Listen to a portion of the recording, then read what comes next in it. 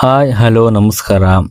Welcome back to my channel. ಏನಪ್ಪಾ ಅಂದ್ರೆ ತುಂಬಾ ಜನ ಹಾಸ್ಟೆಲ್ ವಾರ್ಡನ್ಗೆ ಅಪ್ಲಿಕೇಶನ್ ಹಾಕಲು ತುಂಬಾ ಜನ ಕ್ವಶನ್ ಕೇಳ್ತಾ ಇದ್ರು. ಓಕೆನಾ, ಯಾವಾಗ ಹಾಸ್ಟೆಲ್ ವಾರ್ಡನ್ ಅಪ್ಲಿಕೇಶನ್ ಬಿಡ್ತಾರೆ ಅಂತಂದಕ್ಕೆ ಇವಾಗ ಏನಪ್ಪಾ ಅಂದ್ರೆ KPC ಕಡೆಯಿಂದ ಏನಪ್ಪಾ ಅಂದ್ರೆ ಅಫಿಷಿಯಲ್ ಆಗಿ ನೋಟಿಫಿಕೇಶನ್ ರಿಲೀಸ್ ಮಾಡಿಲ್ಲ, ಬಟ್ ಅವರು ಅಪ್ಡೇಟ್ ನೀಡಿದ್ದಾರೆ. ಓಕೆನಾ, ಎಷ್ಟು ವೇಕೆನ್ಸಿ ಖಾಲಿದಾವೆ, ಮೆನ್ಗೆ ಎಷ್ಟು ವೇಕೆನ್ಸಿಗಳು ಖಾಲಿದೆ, ವುಮೆನ್ಗೆ ಎಷ್ಟು ವೇಕೆನ್ಸಿ ಖಾಲಿದೆ ಅಂತಂದು ಈ ವಿಡಿಯೋದಲ್ಲಿ ನಿಮಗೆ ಕಂಪ್ಲೀಟ್ ಆಗಿ ಸ್ಟೆಪ್ ಬೈ ಸ್ಟೆಪ್ ತಿಳಿಸ್ಕೊಡ್ತಾ ಹೋಗ್ತೀನಿ. ಓಕೆ, ನಿಮ್ಗೆ ಏನಾದ್ರೂ ಡೌಟ್ ಇದ್ರೆ ನಾನು ಕೆಳಗೆ ಡಿಸ್ಕ್ರಿಪ್ಷನ್ ಬಾಕ್ಸ್ ಅಲ್ಲಿ ಅಫಿಷಿಯಲ್ ಆಗಿರುವ KPC ವೆಬ್ಸೈಟ್ ಲಿಂಕ್ ಕೊಟ್ಟಿರ್ತೇನೆ. ಅದನ್ನ ಓಪನ್ ಆದ್ಮೇಲೆ ಏನಪ್ಪಾ ಅಂದ್ರೆ ನಿಮ್ಗೆ ಈ ತರ ಇಂಟರ್ಫೇಸ್ ಬರುತ್ತೆ. ಓಕೆನಾ, ಈ ತರ ಇಂಟರ್ಫೇಸ್ ಬಂದ ಬಗ್ಗೆ ಇಲ್ಲಿ ರೈಟ್ ಸೈಡ್ ಮೇಲೆ ಸರ್ಚ್ ಮಾಡಿದಲ್ವಾ, ಅಲ್ಲಿ ಏನಪ್ಪಾ ಅಂದ್ರೆ ವಾರ್ಡನ್ ಅಂತ ಟೈಪ್ ಮಾಡ್ಕೊಂಡು ವಾರ್ಡನ್ ಅಂತ ಟೈಪ್ ಮಾಡ್ಕೊಳ್ಳಿ. ವಾರ್ಡನ್ ಟೈಪ್ ಮಾಡ್ಕೊಂಡು ಆದ್ಮೇಲೆ ಏನಪ್ಪಾ ಅಂದ್ರೆ ನಿಮ್ಗೆ ಈ ತರ ಎರಡು ಬಾಕ್ಸ್ ಇಲ್ಲಿ ತೋರಿಸುತ್ತೆ. ಓಕೆನಾ, ಮೆನ್ ಮತ್ತು ವುಮೆನ್ಗೆ ಎಷ್ಟೆಷ್ಟು ವೇಕೆನ್ಸಿಗಳು ಖಾಲಿದೆ ಅಂತ ಹೇಳಿ ತಿಳಿಸಿದ್ದಾರೆ. ಓಕೆನಾ, ಮೊದಲಿಂದ ಬಂದ್ಬಿಟ್ಟು ಏನಪ್ಪಾ ಅಂದ್ರೆ ಇಲ್ಲಿ ಸೋಷಿಯಲ್ ವೆಲ್ಫೇರ್ ಡಿಪಾರ್ಟ್ಮೆಂಟ್ ಕಡೆಯಿಂದ ವುಮೆನ್ ಏನಪ್ಪಾ ಅಂದ್ರೆ ಇಲ್ಲಿ 31 ಹುದ್ದೆಗಳು ಖಾಲಿದೆ ಅಂತ ತಿಳಿಸಿದ್ದಾರೆ. ಓಕೆನಾ, ಹಾಗೆ ಈ ಬಂದ್ಬಿಟ್ಟು ಸೋಷಿಯಲ್ ವೆಲ್ಫೇರ್ ಡಿಪಾರ್ಟ್ಮೆಂಟ್ ಕಡೆಯಿಂದ ಮೆನ್ ವಾರ್ಡನ್ಗೆ ಅಂದ್ರೆ ಪುರುಷರಿಗೆ ಏನಪ್ಪಾ ಅಂದ್ರೆ ಇದು ಗ್ರೂಪ್ ಸಿ ಹುದ್ದೆ ಆಗಿರುತ್ತೆ. ಓಕೆನಾ, ಇದು ಬಂದ್ಬಿಟ್ಟು ಏನಪ್ಪ ಮೆನ್ ಅವರಿಗೆ 251 ಹುದ್ದೆಗಳ ಖಾಲಿದೆ ಅಂತ ಇಲ್ಲಿ ಅವರು ಅಫಿಷಿಯಲ್ ಆಗಿ ತಿಳಿಸಿದ್ದಾರೆ. ಓಕೆನಾ, ಅವರು ಬಿಟ್ಟಿರುವಂತಹ ನೋಟಿಫಿಕೇಶನ್ ಡೇಟ್ ಕೂಡ ಇಲ್ಲಿ ತೋರಿಸ್ತಾ ಇದ್ದೀನಿ.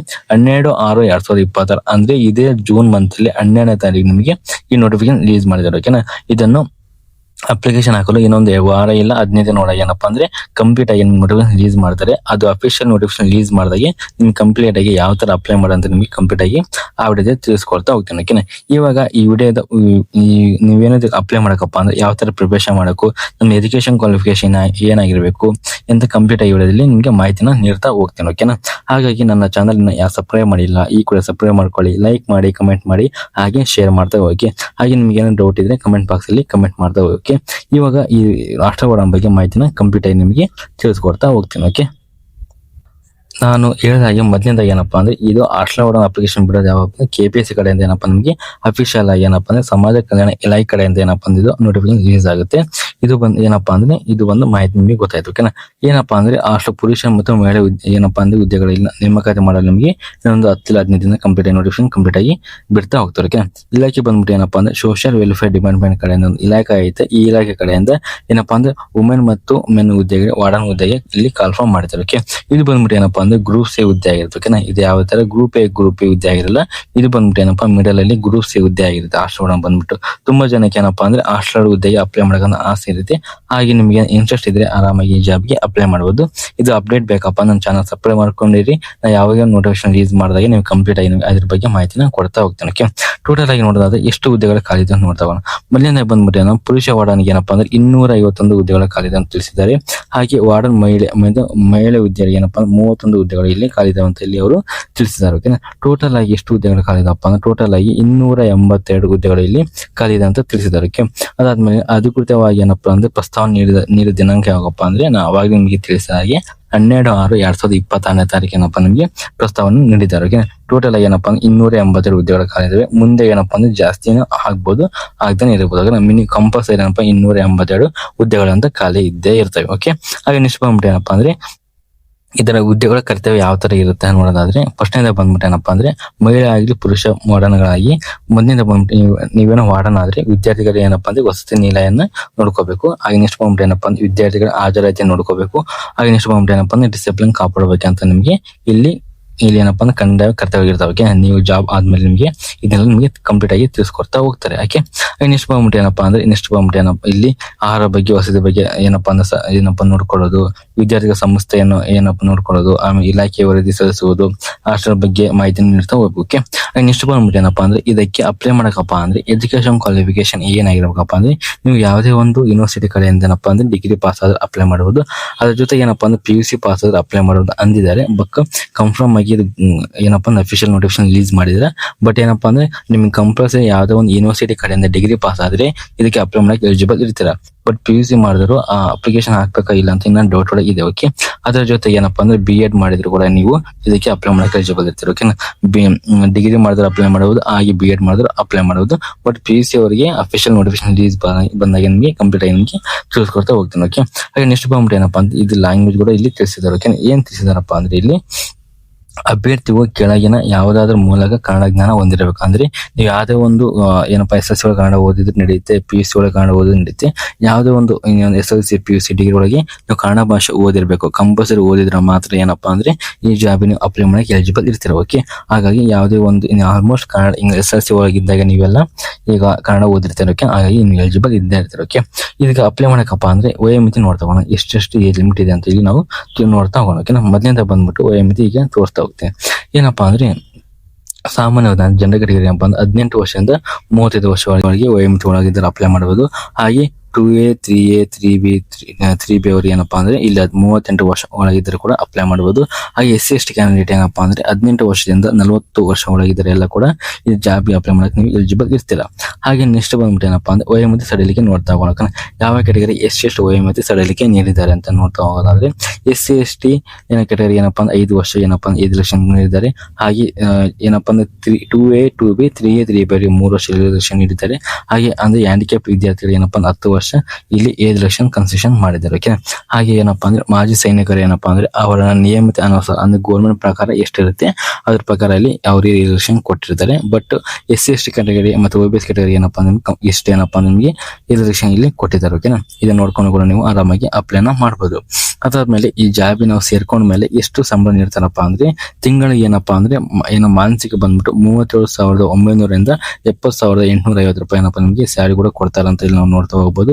ಹಾಗೆ ನೆಕ್ಸ್ಟ್ ಬಂದು ಏನಪ್ಪಾ ಅಂದ್ರೆ ನಿಮಗೆ 37,000 ರೂಪಾಯಿ ಏನಪ್ಪಾ ಅಂದ್ರೆ ಬೇಸಿಕ್ ಸ್ಯಾಲರಿ ಕೊಟ್ಟು ಅದರ ಜೊತೆ ಏನ್ ಕೊಡ್ತಾರಪ್ಪ ಅಂದ್ರೆ ಏನಪ್ಪಾ ಅಂದ್ರೆ DA ಕೊಡ್ತಾರೆ. ಆಮೇಲೆ ಹೌಸ್ ರೆಂಟ್ ಅಲವೆನ್ಸ್ ಕೂಡ ನೀಡ್ತಾ ಹೋಗ್ತಾರೆ, ಟ್ರಾವೆಲ್ ಅಲವೆನ್ಸ್ ಕೂಡ ಕೊಡ್ತಾ ಹೋಗ್ತಾರೆ. ಆಮೇಲೆ ವೈದ್ಯಕೀಯ ಸೌಲಭ್ಯ ಮತ್ತೆ ಇತರ ಸರ್ಕಾರಿ ಸೌಲಭ್ಯಗಳನ್ನು ಕಂಪ್ಲೀಟ್ ಆಗಿ ನಿಮಗೆ ನೀಡ್ತಾ ಹೋಗ್ತಾರೆ. ಓಕೆನಾ, ಏನಪ್ಪಾ ಅಂದ್ರೆ 37,000 ರೂಪಾಯಿ ಜೊತೆಗೆ ಇವೆಲ್ಲ ಕೂಡ ನಿಮಗೆ ಇನ್ಕ್ಲೂಡ್ ಆಗಿರ್ತವೆ. ಇದು ಎಕ್ಸ್ಟ್ರಾ ಕೂಡ ನಿಮಗೆ ಇನ್ಕ್ಲೂಡ್ ಆಗಿ ಅಮೌಂಟ್ ಬರ್ತಾ ಹೋಗುತ್ತೆ. ಓಕೆ, ಅದಾದ್ಮೇಲೆ ಯಾವ ತರ ಸೆಲೆಕ್ಷನ್ ಪ್ರೊಸೆಸ್ ನಡೆಸ್ತಾರಪ್ಪ ಅಂದ್ರೆ ಆಯ್ಕೆ ವಿಧಾನ ಬಂದ್ಬಿಟ್ಟು ಯಾವ ತರ ಇರುತ್ತಪ್ಪ ಅಂದ್ರೆ ಆಯ್ಕೆ ಬಂದ್ಬಿಟ್ಟು ಏನಪ್ಪಾ ಅಂದ್ರೆ ನಿಮಗೆ ಮೊದಲು ಕಾಂಪಿಟೇಟಿವ್ ಎಕ್ಸಾಮ್ ನಡೆಸ್ತಾರೆ. ಓಕೆನಾ, ನಿಮಗೆ ಬಂದು ಲಿಖಿತ ಪರೀಕ್ಷೆ ಎಕ್ಸಾಮ್ ನಡೆಸ್ತಾರೆ.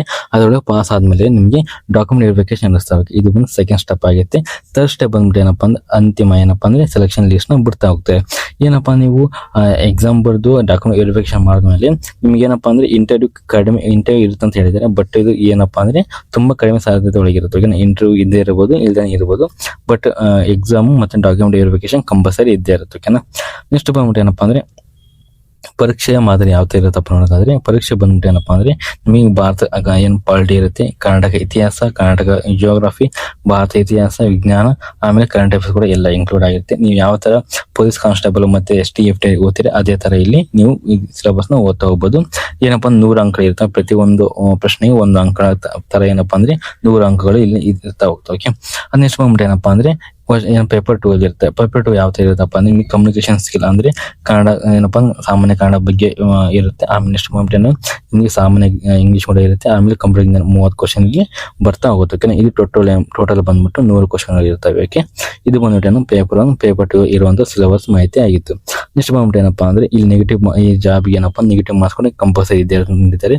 ಎಷ್ಟಪ್ಪಾ ಅಂದ್ರೆ 0.25 ಏನಪ್ಪಾ ಅಂದ್ರೆ ಅಂಕ ಕಳೀತಾರೆ. ಅಂದ್ರೆ ನೀವು 1 ಕ್ವಶನ್ ರಾಂಗ್ ಮಾಡಿದ್ರೆ 0.25 ಏನಪ್ಪಾ ಅಂದ್ರೆ ಇಲ್ಲಿ ಮಾರ್ಕ್ಸ್ ಕಳೀತಾರೆ. ಅಂದ್ರೆ ಟೋಟಲ್ ನಿಮ್ಗೆ 4 ಕ್ವಶನ್ ತಪ್ಪು ಮಾಡಿದ್ರೆ 1 ಮಾರ್ಕ್ಸ್ ನಿಮ್ಗೆ ಹೋಗುತ್ತಂತ ಇಲ್ಲಿ ನಾವು ಅರ್ಥ ಮಾಡ್ಕೋಬಹುದು. ಓಕೆನಾ, ನೆಕ್ಸ್ಟ್ ಬಂದ್ಬಿಟ್ಟು ಏನಪ್ಪಾ ಅಂದ್ರೆ ನೆಕ್ಸ್ಟ್ ಪರೀಕ್ಷೆ ಸಿಲೆಬಸ್ ಆಯ್ತು. ಓಕೆನಾ, ಇದಿಷ್ಟು ಏನಪ್ಪಾ ಅಂದ್ರೆ ಸಾಮಾನ್ಯ ಬಗ್ಗೆ ಇದು ಸಿಲೆಬಸ್ ಬಗ್ಗೆ ನಾನು ಅವಾಗಲೇ ಇದಿಷ್ಟು ಏನಪ್ಪಾ ಅಂದ್ರೆ ಇನ್ ಡೀಟೇಲ್ ಆಗಿ ನೋಡ್ತಾ ಹೋಗ್ಬೋದು. ಓಕೆ, ಕಂಪ್ಯೂಟರ್ ಜ್ಞಾನ ಬಗ್ಗೆ MS ವರ್ಡ್ ಬಗ್ಗೆ ತಿಳ್ಕೋಬೇಕು, MS ಎಕ್ಸೆಲ್, ಆಮೇಲೆ MX ವರ್ಡ್, ಆಮೇಲೆ ಇಂಟರ್ನೆಟ್, ಇಮೇಲ್, ಡಿಜಿಟಲ್ ಸರ್ವಿಸ್ ಯಾವ ತರ ಕಂಪ್ಯೂಟರ್ ನಾಲೆಜ್ ಇರುತ್ತಲ್ಲ ಅದು ನೀವು ಏನಪ್ಪಾ ಅಂದ್ರೆ ತಿಳ್ಕೊಬೇಕು. ಓಕೆನಾ, ಅದಾದ್ಮೇಲೆ ಅಪ್ಲಿಕೇಶನ್ ಫೀಸ್ ನೋಡ್ತಾ ಹೋಗೋಣ. ಓಕೆನಾ, ಯಾವ ವರ್ಗದ ಎಷ್ಟೆಷ್ಟು ಅಪ್ಲಿಕೇಶನ್ ಫೀಸ್ ಇರುತ್ತೆ ಎಕ್ಸ್ಪೆಕ್ಟ್ ಮಾಡಿ ಎಷ್ಟು ಇರ್ಬೋದು ಅಂತ ನಾವು ನೋಡ್ತಾ ಹೋಗ್ಬೋದು. ಓಕೆ, ಏನಪ್ಪಾ ಅಂದ್ರೆ ಜನರಲ್ ಕ್ಯಾಟಗರಿ 600 ರೂಪಾಯಿ ಅಪ್ಲಿಕೇಶನ್ ಇರ್ಬೋದು.